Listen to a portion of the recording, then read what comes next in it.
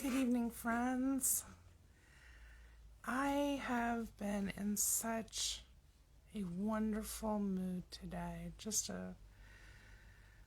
feeling really good. I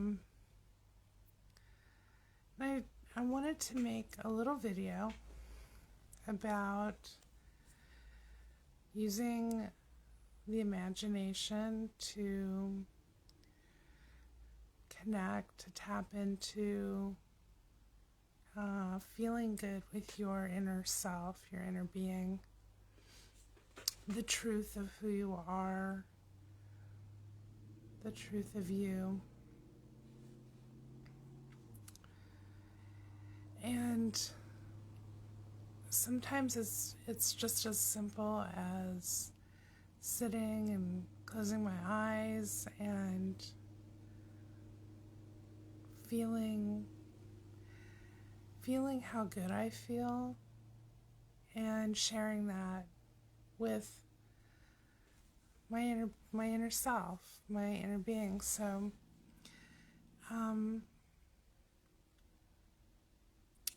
sometimes I think, ooh, I live in the country and it's Friday night. So every now and then you gotta hit that gas pedal, right? Feel alive. So and that's a good idea for, sparking with your imagination and just hit that gas pedal and go make some noise, because why not? It's early. It's not like in the middle of the night. I live in a geodesic dome, so there is no real sound barrier between what's outside my dome and what's inside that I can hear. So, and it's nice because every night I listen to the coyotes make their rounds and they howl and sing their wolf song, and I generally get visited by owls. A couple different owls. The for sure barred owl. And there's one other kind. I looked it up because, well, I love birds for one, and oh, I can hear now. That was good timing. It's just in the distance. A who, who, who. That one's the who cooks for you. And yeah, so I don't know if you can hear it. Maybe if they get a little closer. I especially love in the spring when the sorry, I had an itch on my back. When the whippoorwills make their appearance. Yeah, I can hear the owl. They're right over yonder, and it won't be too long, and they'll be a little closer. So maybe you'll hear it okay. But the whippoorwills, I love listening to them too. And we try to keep a lot of understory trees and around because whippoorwills nest on the ground.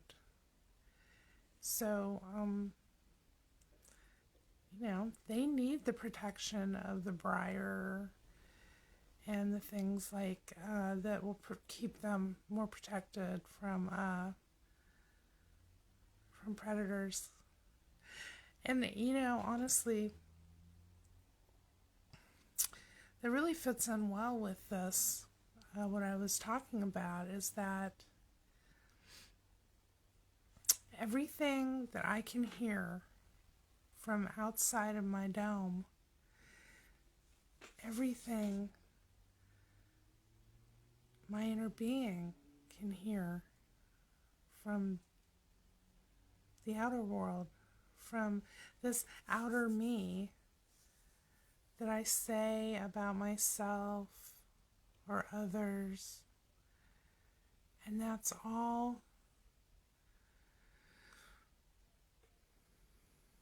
taken in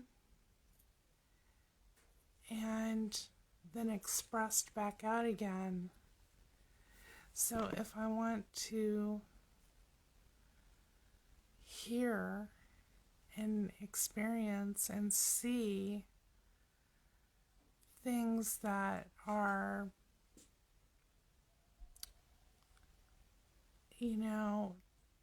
enjoyable to me, it's important that I focus and that I share with myself what I want to experience. And so all through the day, I imagine myself more and more fully embodying, encompassing the truth of me, of my inner beingness. And sometimes I envision in the unseen world that part of me, the inner being, as this sparkling light body, and I'm like special delivering presents or packages or little envelopes of what it is that I'm giving to it, what I'm sharing with it, what I'm sharing with myself, and making it kind of special, because I want it to feel as much love towards it that I can share with it, because it's giving that back to me, and even more so. And it's altering not just the physical landscape of my outer world, where I in my physical body am having an experience, but it's altering and transforming my feeling world, where I exist somewhere in here and in here, and it's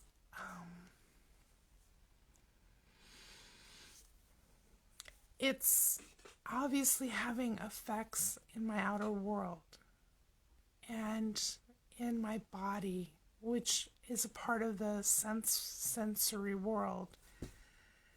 And so I know that the better my body feels, it's because I'm giving my inner self, my inner being, whatever good feels I can give. That is, it's allowing the shift to. So let me try to clarify that a little bit. Whenever I have experienced being more in alignment with the false self-narrative, the effects of that have, for me, been more physical ailments, more physical dis-ease, and it can arise in different ways. I mean, it doesn't matter really. It'll manifest however it manifests, because it's, it has its own kind of life when you are in tune to the pain body, the false self pain body. And so I always know that I'm on, I don't know if on track is the best way to put it, but for me, I feel more like myself when I find myself feeling better. When I find that my body is not holding on to physical distress or pain or disease, because to me it's just another indicator that my focus and my attention is more and more clear. It's building more and more momentum. Now, I grew up with a mother who was never given hugs or told I love you as a child. And as a mother, to know that my mother experienced that is heartbreaking. It's very sad. But as a result of her loving heart, she never wanted her child, me, I'm an only child, she never wanted me to experience that. And I didn't. I was told every day that I was loved, and I was held and hugged, and I was, my mother was the first person I was madly in love with. She was my world. And as I got older and I started having a mind of my own, there became resistance in our relationship. But I realized that my mother spent most of her life very intimately intertwined with her pain body. And as a result, I made choices that would help me move towards what I wanted. And I didn't want that. So, you'll hear a lot of times with Abraham Hicks, sometimes you know more of what you do want when you experience enough of what you don't want. And so for me, that was definitely one of her gifts. One of my mother's gifts was, in this life, in this experience, I did not want to, nor did I have to, have that experience. I've had plenty of experiences, with the pain body. But now where I'm at, in this moment, I can see and I can feel how that is not necessary to do. And now there's there's another. I'm not a big Bible quote person. I don't really do the Bible thing, but there are some things about Jesus that I really love. But there's just really mainly two quotes that that I really clasped onto at a very young age because they seemed important.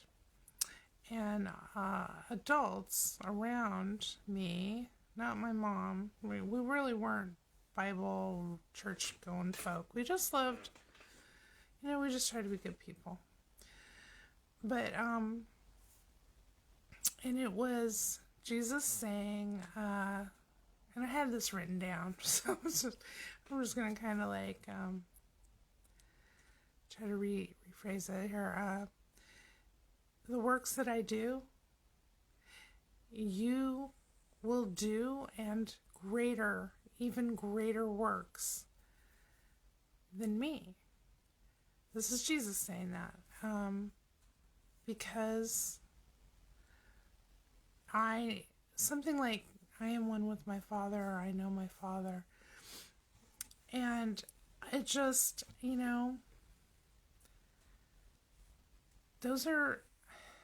that is such a powerful concept, and one that is just glazed over again and again. That Jesus wasn't doing anything particularly special. That everything he was doing when it came to healing the sick, ministering to the poor of spirit, all those things that people called miracles, he was just doing it naturally because in his presence, people could not be sick. If there was enough spark of willingness and allowing in them, they responded in a spontaneous reset back to exactly who they are, which would be their natural state of beingness, the truth of them. So the false self could not stand in the presence of Jesus, who knew and identified with his true self, not the false self. And to me, that is what's really another really important aspect to Neville Goddard's teachings, to the teachings that then Edward Art Supply Hands is also expounding upon and clarifying and bringing great clarity and understanding of these teachings, is that God is within you and there's no separation. And so there's nothing to heal because you're already healed. There's nothing to fix because everything is perfect just the way it is. There's nothing to do because everything has been created. You're just here to give to yourself in this sense world, this world of senses, this physical world experience. You're just here to give back to your inner self feelings that are incredible when you allow yourself to feel joy and pleasure and appreciation. And I mean, I am so happy to be at this place in my life right now, where I feel so much joy and appreciation and satisfaction for being alive and being who I am, where I am, just waking up, loving each day because I have so much positive expectation. And I have that because I am giving myself everything the way that a mother or a father wants to just pour their love and protection and safety and security upon a child. The way, the concept that we have of what God is, and that perfect love, that perfect unconditional love that we want to feel and connect with so intensely, so desperately. To believe that there is a God that loves us, that we're worthy of love. I give that to myself. And my inner self gives that back to me. And I've been feeling it. And it hasn't been easy. The last 4 years I've had my share of struggles and done some. The last 2 years, after my son crossed over, I've cried more than 1 million tears. I have cried enough for several lifetimes. I have had a mix of emotions that were everywhere. I mean, all over the scale, but a lot of just toxic, not good feeling emotions too. And I can just sit here and I can share with you that I feel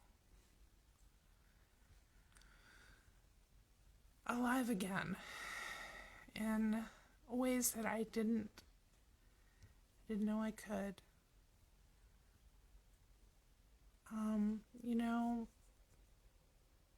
It's not some sort of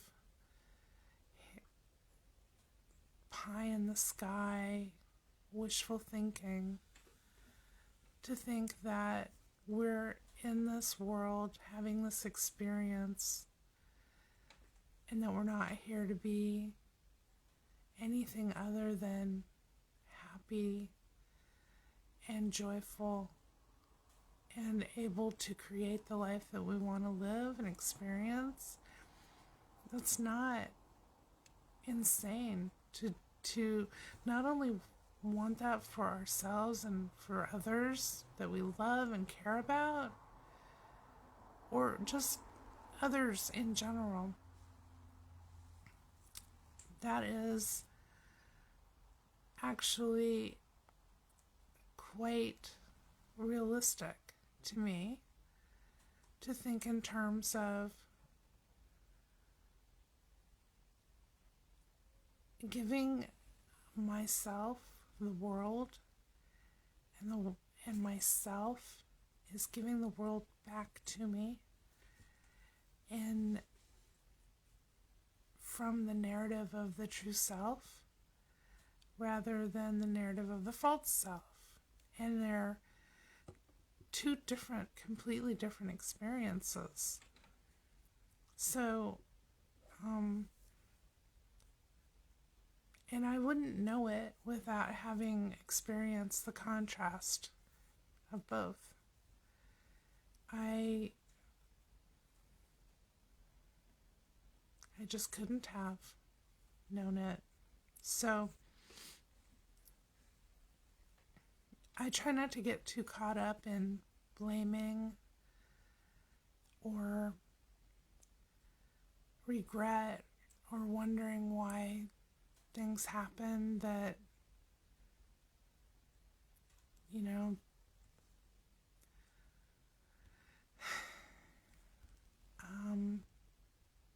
that why do bad things happen to good people? Like, I don't spend much time at all tending to those kinds of thoughts or focuses.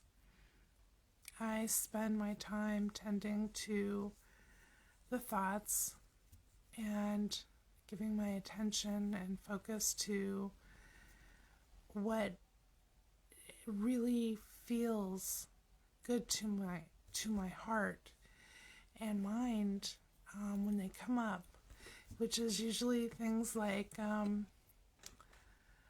any number of the little hobbies that I like to do, watercoloring or playing with clay, cooking, baking,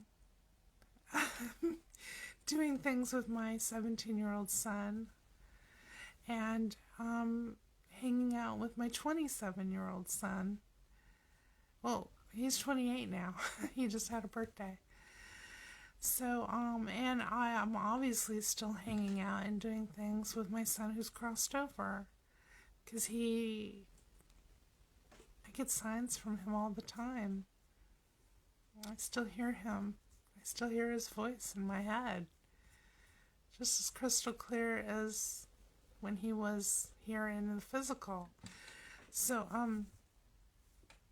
what I'm saying is that I tend to my thoughts. I tend to my focus. And I don't care whether anyone else thinks that I'm being sane or reasonable.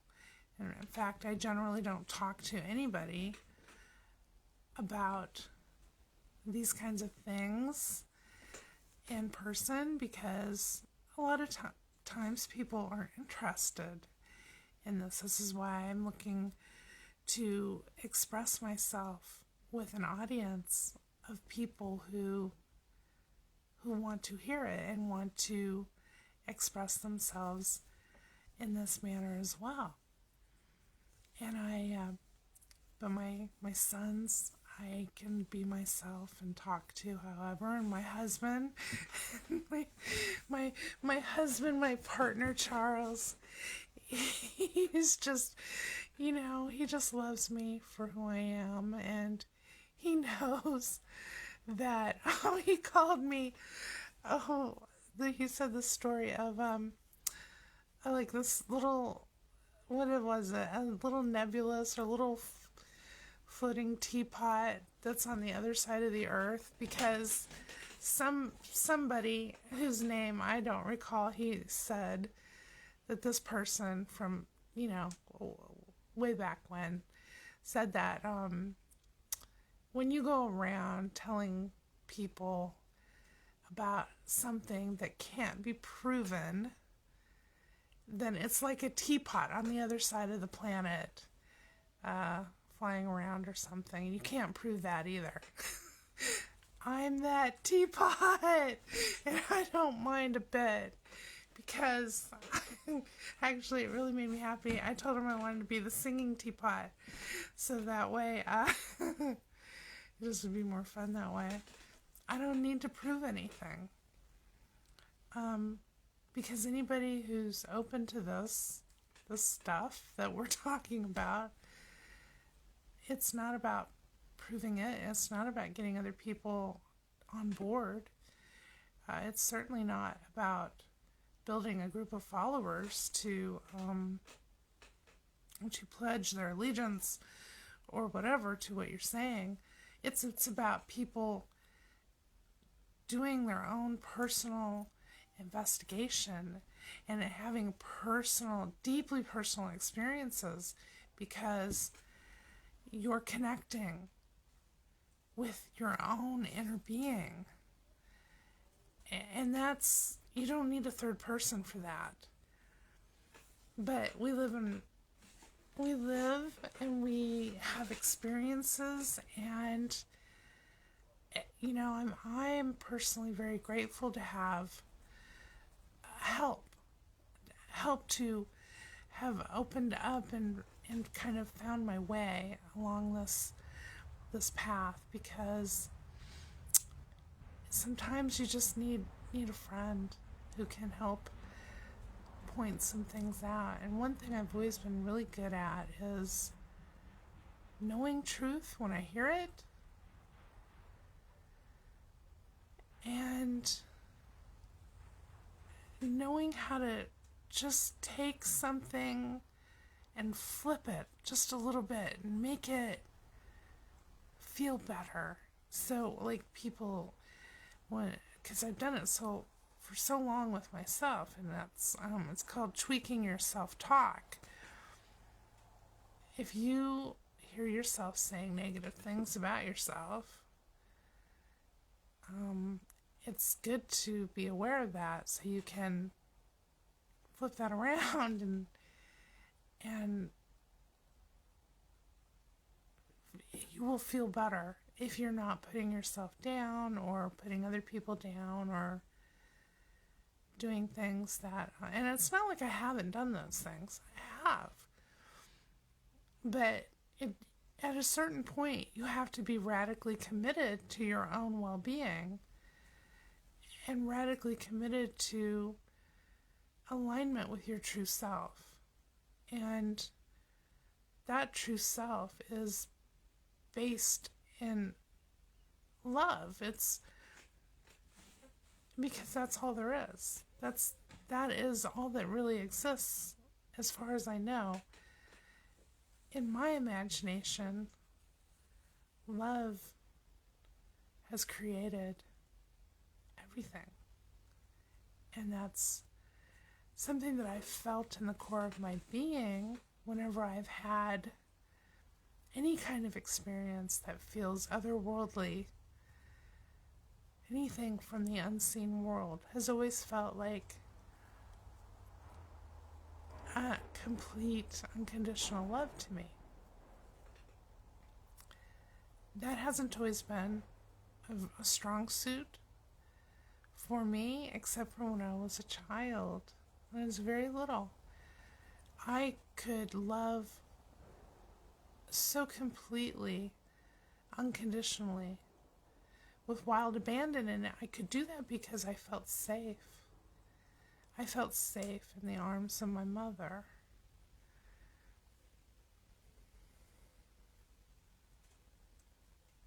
And then it changed because I started having experiences in the outer world. And it's okay that I did, that I had experiences that didn't feel good or that didn't go perhaps as the way that I would have liked. And that's another thing I'll touch upon real quick, and then I'll wrap this up.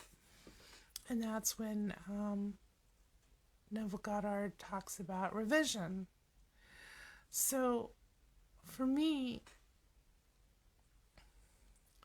things that have always pushed me and driven me to make changes in my life have been the relationships in my life, which isn't unusual. I am a woman, and women tend to be wired for relationships with people, not things.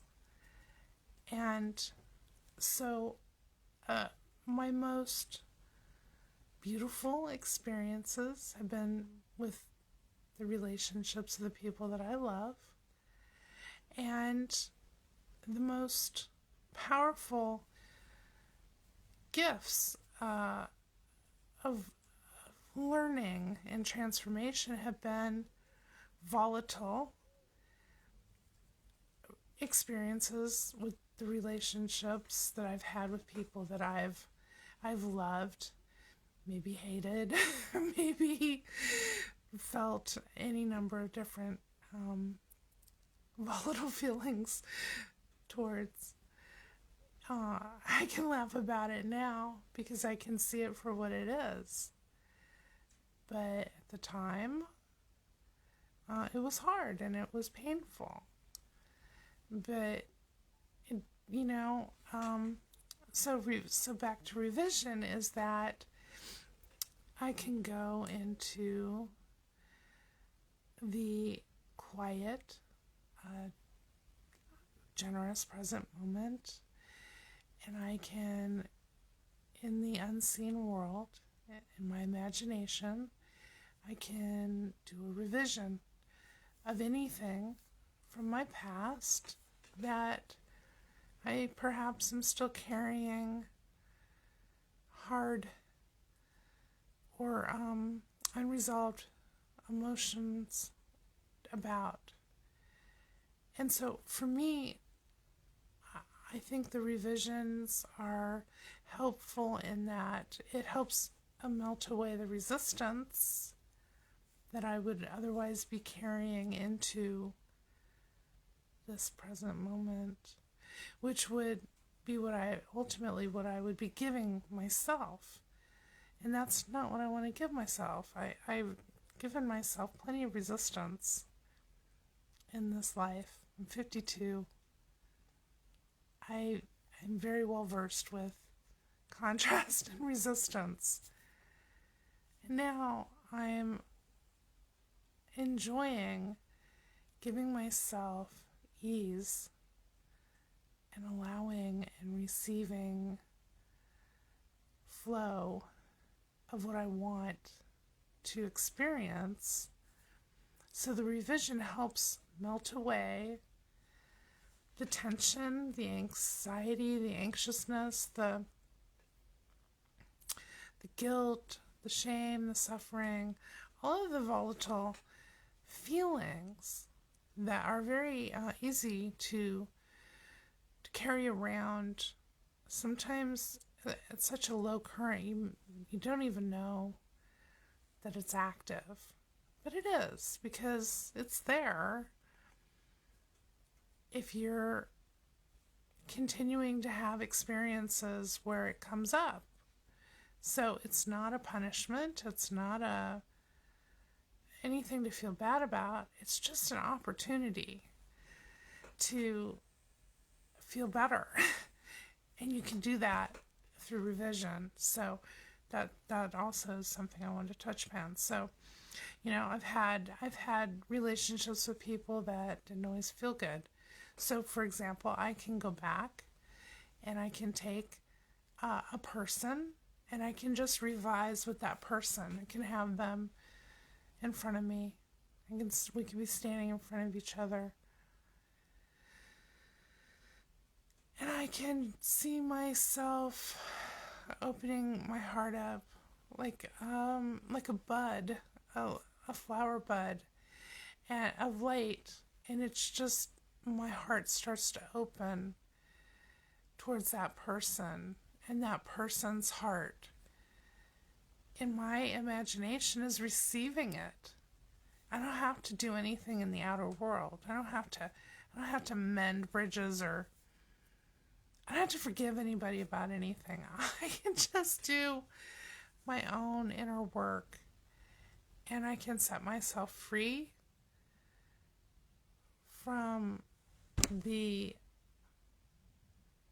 awfulness of carrying around anything that will cause me to suffer. And so it's an exercise in self-care and self-love, and it's a really gentle way to show yourself that you love it and that you want good things for it, and it wants good things for you. And that's all it needs to know. What do you want? Because that's what it's going to give you. It's going to give you more of that. So I hope that you've enjoyed listening to me talk about these things. I love sharing my heart and my thoughts so much with you. If I can just make one person feel a little more ease in their life, that makes me feel really happy, and I'm really appreciative that you listen and that maybe you help yourself feel better and love yourself. And listen to Edward Arts of My Hands, because honestly, that is what I listened to that really broke everything open for me. And I would love to know whatever you want to share with me about this. And oh, I can hear the owl now. He's gotten closer. He's hooting a little more. I'll look up. I know for sure I have two owls that are very one's the barred owl, and then that's the Who Cooks For You owl. Who cooks for you? Aw, that's a nice end to this video. Thank you so much for spending this time with me. I really appreciate it, and